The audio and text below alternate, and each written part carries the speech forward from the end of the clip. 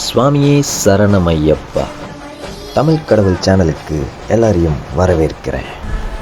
இந்த வீடியோவில் நம்ம என்ன பார்க்க போகிறோன்னா, தவக்கோலத்தில் இருக்கிற 12 வயசு ஐயப்பன் அதுக்கப்புறம் எங்கே போனாருன்னு இது வரைக்கும் யாருக்குமே தெரியலையே, அதுக்கான விளக்கமும் டீட்டெயில் நாங்களும் சர்ச் பண்ணி பார்த்தோம், எங்கேயும் கிடைக்கல அப்படின்னு தானே எல்லோரும் கேட்டுருந்தீங்க. ஏன் நான் கூட அதை தான் தேடிட்டு இருந்தேன். அதுக்கான விளக்கத்தை தான் இந்த வீடியோவில் நான் கொடுத்துருக்கேன். ஸோ ஸ்கிப் பண்ணாமல் முழுசாக வீடியோவை பார்த்து தெரிஞ்சுக்கோங்க. ஆமாங்க, ஐயப்பனை பற்றி தேடும்பொழுது முதல்ல எங்களுக்கு கிடைச்ச தகவல் அவருடைய திருமண வரலாறு. திருமணமா? ஐயப்பன் தான் பிரம்மச்சாரியாச்சு, அவருக்கு எப்படி கல்யாணம் நடந்திருக்கும்? ஆமாங்க, இது உண்மை.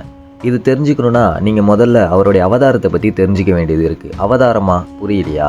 ஆமாங்க, ஐயப்பனுக்கு 8 அவதாரங்கள் இருக்கிறதா கேரளாவில் சொல்கிறாங்க. இது ஏன் நமக்கு தெரிய வரலன்னா, அவருடைய கதையை எடுத்தாலே நிறைய மர்மங்கள் இருக்கிறதுனால பல விஷயங்களும் மறைஞ்சு போயிருக்கு. நீங்கள் நம்பலைன்னா நான் உங்களுக்கு ஒரு சாங் ப்ளே பண்ணுறேன், அதை பார்த்து தெரிஞ்சுக்கோங்க.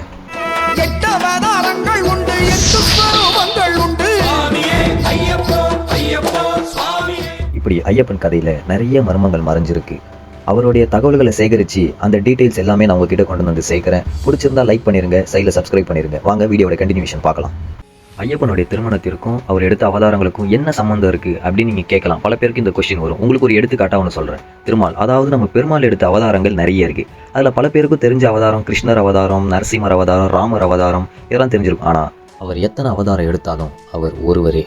இதே போல தாங்க நம்ம ஐயப்பன் கதையிலையும். இப்போ ஒரு விஷயத்தை நீங்கள் நோட்டீஸ் பண்ண வேண்டியது இருக்கும். மேலே இருக்கிற இமேஜை கொஞ்சம் நல்லா நோட் பண்ணி பாருங்கள்.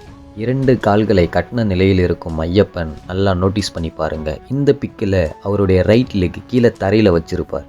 அப்படி வச்ச அந்த நிலையில் தான் அவருடைய முதல் அவதாரம் வெளியில் தோன்றியிருக்கு. அந்த அவதாரத்தில் தான் ஐயப்பனுக்கு திருமணம் நடந்திருக்கிறதா சொல்கிறாங்க.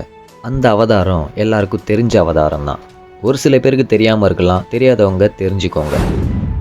தமிழக மக்கள் இன்ன வரைக்கும் அவரை வணங்கிட்டு வராங்க. பல பேர் குலதெய்வமாகவும் அவர் இருக்கிறார். ஆனால் அவர் ஐயப்பனுடைய அவதாரம்னு சில பேருக்கு தெரியாது. ஏன் பல பேருக்கும் தெரியாதுன்னு நான் நினைக்கிறேன். இந்த வீடியோவை பார்க்குற அனைவருக்கும் அடுத்த வாட்டி அந்த தெய்வத்தை பார்க்கும்போது இவர் ஐயப்பனுடைய திருவுருவமா அப்படின்னு பல பேருடைய மனசில் பதிவு நான் நினைக்கிறேன். வாங்க அவருடைய அவதாரம் யாருன்னு ஒரு சின்ன இன்ட்ரோ வீடியோ மூலமா பார்க்கலாம்.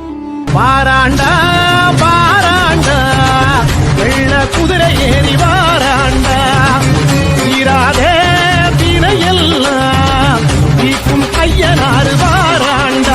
நம்ம காவல் தெய்வம் ஐயனாரப்பன் தான் நம்ம ஐயப்பனுடைய முதல் அவதாரம்.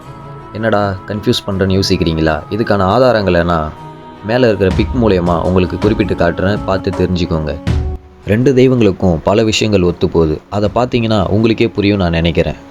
2 தெய்வங்களுக்கான முதல் குறிப்பு, இருவரும் உட்கார்ந்துருக்கும் பொசிஷனை நீங்கள் பார்த்தீங்கன்னா நல்லா நோட்டீஸ் பண்ணி பாருங்கள். 2 பேரும் உட்கார்ந்துருக்கிற நிலை ஒரே மாதிரியே இருக்கும். 2 பேர் கால்லையும் பெல்ட் ஒன்று கட்டப்பட்டிருக்கும். நான் சொன்னேன் இல்லையா, ஒரு கால் கீழே வச்சதுனால அவர் எடுத்த முதல் அவதாரம்னு. நல்லா பார்த்தீங்கன்னா ஐயனாரப்பனுடைய கால்களில் ஒரு பெல்ட் அவிழ்ந்த நிலையில் இருக்கும். நல்லா நோட்டீஸ் பண்ணி பாருங்கள், தெரியும். 2வது குறிப்பு, 2 பேருடைய பிறப்பும் ஒரே மாதிரியே இருக்குங்க.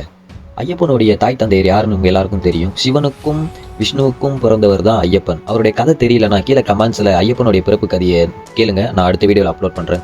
மோஸ்ட்டாக எல்லாருக்கும் தெரிஞ்சிருக்கும். தெரியாதவங்க கீழே கமெண்ட் பாக்ஸில் கமெண்ட் பண்ணுங்கள், அடுத்த வீடியோவில் நான் அப்லோட் பண்ணுறேன். பல மர்மங்கள் இருந்தாலும் 2 தெய்வங்களுக்கும் அவங்க இருவருடைய பிறப்பு ரகசியங்களும் ஒரே மாதிரியே இருக்குது. ஐயப்பன் கதை தெரிஞ்சவங்களுக்கு தெரியும் யார் தாய் தந்தையர். இருந்தாலும் நான் சொல்கிறேன், சிவனும் மோகினி அவதாரமான விஷ்ணுவும் தான் ஐயப்பனுக்கு தாய் தந்தை.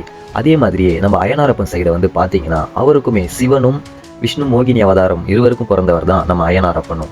இந்த 2 தெய்வங்களும் வேறன்னு எந்த விதத்திலையும் பிரிக்க முடியாது அப்படின்றதுக்காக தான் இந்த கம்பேரிசனும் இந்த குறிப்புகளும் நான் உங்களுக்கு தெரிவித்தேன். தெரியாதவங்களுக்கு நீங்களும் சொல்லிக் கொடுங்க, தெரிய வைங்க. நம்ம தெய்வங்களை வணங்குவதில் எந்த அளவுக்கு முக்கியத்துவம் கொடுக்குறோமோ அதே சமயம் அந்த தெய்வங்களை பற்றி தெரிஞ்சுக்கிறதும் ரொம்ப முக்கியங்க. எந்த ஒரு தெய்வத்தை வணங்குறதுக்கு முன்னாடியும் அந்த தெய்வத்தை பற்றின பிறப்பு ரகசியத்தை தெரிஞ்சுக்கிட்டு வணங்குனீங்கன்னா அவங்களுடைய முழு ஆசையும் ஆசீர்வாதமும் நிச்சயம் கிடைக்கும். அப்புறம் உங்களுக்கு ஒரு சுவாரஸ்யமான தகவல்களை சொல்ல போகிறேன். ஒரு முனிவர் ஐயப்பனுடைய தவக்கோலத்தை கண்டு இவருடைய சக்தியின் வலிமையை டெஸ்ட் பண்ணுறாரு. அப்படி கட்டப்பட்டு இருக்கும் ஐயப்பன் கால் எடுத்து பூமியில் வைத்தால் என்ன நடக்கும்னு ஒரு கணிப்பு. அவர் வைத்த அந்த நிலையில் உலகெல்லாம் அவருக்கு கோயில்கள் உருவாகும் அப்படின்னு ஒரு விஷயங்கள் சொல்லப்படுது. அப்படி பார்க்கும்பொழுது நம்ம ஐயனாரப்பனை எடுத்துக்கோங்க. அவருடைய கோயில்களை பார்த்தவங்க நிறைய பேர் இருப்பீங்க. நல்லா நோட் பண்ணி பாருங்கள். ஐயனாரப்பனுக்கு கோயில் ஒரு இடமோ 2 இடமோ இருக்குது. நீங்கள் போகிற ஊர் எல்லாமே அவருக்கு கோயில்கள் இருக்கும். கிராமங்கள் ஆகட்டும், எல்லையில் அவருடைய கோயில் இல்லாமல் இருக்கவே இருக்காது. இதை பற்றி நோட் பண்ணும்போது 2மே ஒத்து போகுது. அவர் கால் வைத்த இடமெல்லாம் கோயில். ஐயனாரப்பனுக்கு நம்ம ஊர் ஃபுல்லாக பார்க்குற இடமெல்லாம் கோயில் தான். நான் நிறையா பார்த்துருக்கேன், நீங்களும் பார்த்துருப்பீங்கன்னு நினைக்கிறேன். அப்படி பார்த்தவங்க கீழே கமெண்ட் பண்ணுங்கள். குறிப்பாக ஏன் கீழே கமெண்ட் பண்ண சொல்கிறேன்னா, நீங்கள் பண்ணுற கமெண்டில் தெரியாதவங்க தெரிஞ்சுப்பாங்க. பல பேருக்கும் தெரியும், தெரியாதவங்க நம்பணுன்றதுக்காக அந்த மெசேஜ் இங்கே போடலாம். எனக்கு தெரிஞ்சு தமிழக மக்களுக்கு தெரியும் அய்யனாரப்பன் ரொம்ப ஃபேமஸானவர், அவருக்கு நிறைய கோவில்கள் இருக்குது, பல பேருக்கு குலதெய்வமாக இருக்கிறன்றது உண்மை தான், அது பல பேருக்கு தெரியும். நீங்கள் கமெண்டில் எடுத்து சொன்னீங்கன்னா தெரியாதவங்க 4 பேர் தெரிஞ்சுப்பாங்கல்ல. அடுத்த வாட்டி அந்த தெய்வத்தை கும்பிடும்போது அவர் வேற ஒருவர் இல்லை, 2 பேருமே ஒருவர் தான் அப்படின்னு ஒரு விஷயம் தெரிய வரும். அய்யனாரப்பன் சாதாரண காவல் தெய்வம் மட்டும் இல்லைங்க, அவர் ஐயப்பனின் திரு உருவம். அவருடைய ஆசீர்வாதம் நிச்சயம் உங்களுக்கு கிடைக்கும். அய்யனாரப்பனை வணங்குறவங்களுக்கு ஐயப்பனுடைய ஆசையும் அருளும் நிச்சயம் பூர்ணமாக கிடைக்கும் நான் நம்புகிறேன். கார்த்திகை மாதங்களுக்கு காத்திருக்கும் ஐயப்ப பக்தர்கள் சாதாரண நாட்களில் நம்ம ஐயப்பனை வணங்க நம்ம அய்யனாரப்பன் கோவிலுக்கு போனீங்கனாலும் அவருடைய அருள் நிச்சயம் கிடைக்கும். தெரிஞ்சவங்க தெரியாத இந்த செய்தியை பல பேருக்கு பகிர்ந்து ஷேர் செய்யுங்க. இந்த வீடியோ பிடிச்சிருந்தால் லைக், சப்ஸ்கிரைப் பண்ணுங்கள். அடுத்தடுத்த வீடியோ இது போன்ற சுவாரஸ்யமான கதைகளை நான் அடுத்தடுத்த வீடியோவில் போடுறேன். அப்புறம் அய்யனாரப்பனை பற்றியும் பல கேள்விகள் உங்களுக்கு இருக்கும்.